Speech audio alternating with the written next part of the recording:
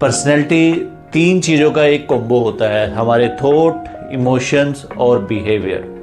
अब ये जो तीनों चीज़ें हैं ये हमारे एनवायरनमेंट से अफेक्ट होती हैं और ये टाइम से अफेक्ट होती हैं। मींस जो बचपन में हम होते हैं और जो आज हम हैं वो टोटली डिफरेंट पर्सनैलिटी होते हैं। देखो, हम अपनी लाइफ में इतने ज़्यादा इन्वॉल्व रहते हैं कि बस हम एक मैकेनिकल लाइफ जीते हैं और हमें खुद के लिए टाइम होता ही नहीं है। तो लेकिन अगर आप खुद को जानोगे तो उससे हमें बहुत सारी चीज़ें अपने आप के बारे में पता चलेंगी, जैसे कि मैं क्या चाहता हूँ लाइफ से, जैसे कि मेरे गोल्स क्या हैं, जैसे कि मैं क्यों गुस्सा हो जाता हूँ, मैं क्यों खुश हो जाता हूँ, मैं क्यों सर्टेन सिचुएशन में सर्टेन काइंड ऑफ बिहेवियर के साथ लोगों से पेश आता हूँ। जब तुम खुद के बारे में जानोगे तो ये भी पता चलेगा कि तुम्हारी स्ट्रेंथ और वीकनेसेस क्या है।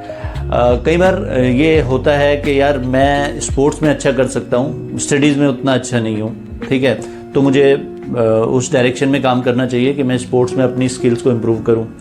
मुझे लगता है कि मैं सोशल स्किल्स मेरी अच्छी हैं लेकिन स्टडीज़ में उतना अच्छा नहीं है, तो मैं सोशल स्किल्स के ऊपर इम्प्रूव करता जाऊंगा, ठीक है। तो आप उन चीज़ों को इम्प्रूव करते जाओ जिसमें आप ऑलरेडी आपकी स्ट्रेंथ है। जब आप अपनी स्ट्रेंथ के ऊपर खेलोगे ना तो वो एक ड्रामेटिक चेंज लाएगा आपके लिए। जर्नलिंग कर सकते हैं, मीन्स आप अपने थॉट्स को लिख सकते हैं, उनके अपने इमोशंस को, अपने थॉट्स को राइट डाउन कर सकते हैं और दिन में मैंने क्या क्या इंपॉर्टेंट काम किए अपने ग्रेटिट्यूड्स को लिख सकते हैं, या लोगों के साथ जो मेरे रिएक्शंस हुए या कोई इंपॉर्टेंट मीटिंग हुई आप उनके बारे में लिख सकते हो। और एक हमारा मी टाइम भी होना चाहिए कि जब बस मैं अपने साथ हूँ, और मी टाइम ऐसा नहीं है कि आपको एक डेडिकेटेडली निकालना पड़ता है। मैं तो जनरली क्या करता हूँ, जब when I commute to office तो गाड़ी में अपने आप से बातें करना, अपने थॉट को रिफ्लेक्ट करते जाना, तो that's where I reflect on my self. और आप जैसे वॉक पे जाते हैं तो वॉक करते टाइम भी you can have some kind of reflection और मी टाइम, कि आप वॉक करते जा रहे हैं और साथ ही साथ अपने थॉट को भी ऑब्जर्व करते जा रहे हो। दूसरा इंपॉर्टेंट एस्पेक्ट है पॉजिटिव थिंकिंग। तुम कभी देखना, जब भी तुम किसी सिचुएशन में सिर्फ अच्छी चीज़ों पर फोकस करते हो तो तुम कभी देखना तुम्हारा फोकस बढ़ता है, तुम अच्छे से डिसीजन ले पाते हो और तुम फ्लेक्सिबल हो जाते हो। और साथ ही ये भी देखना लोगों के साथ तुम्हारा जो इंटरेक्शन है वो भी एक हाई एनर्जी दिखता है और लोग तुमको ज़्यादा अप्रिशिएट भी करते हैं।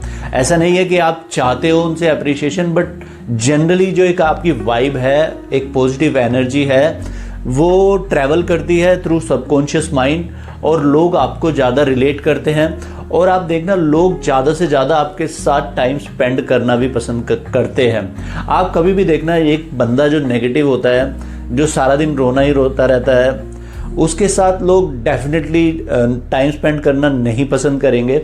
तो पॉजिटिव थिंकिंग, हमेशा अपने आप को हमेशा आशावादी रखें, means see the bright side of the life, ठीक है।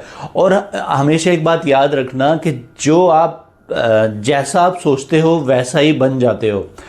तो अगर आप अच्छाई देखोगे दुनिया में, लोगों में, सोसाइटी में, तो आप अच्छे ऑटोमेटिक बन जाते हो।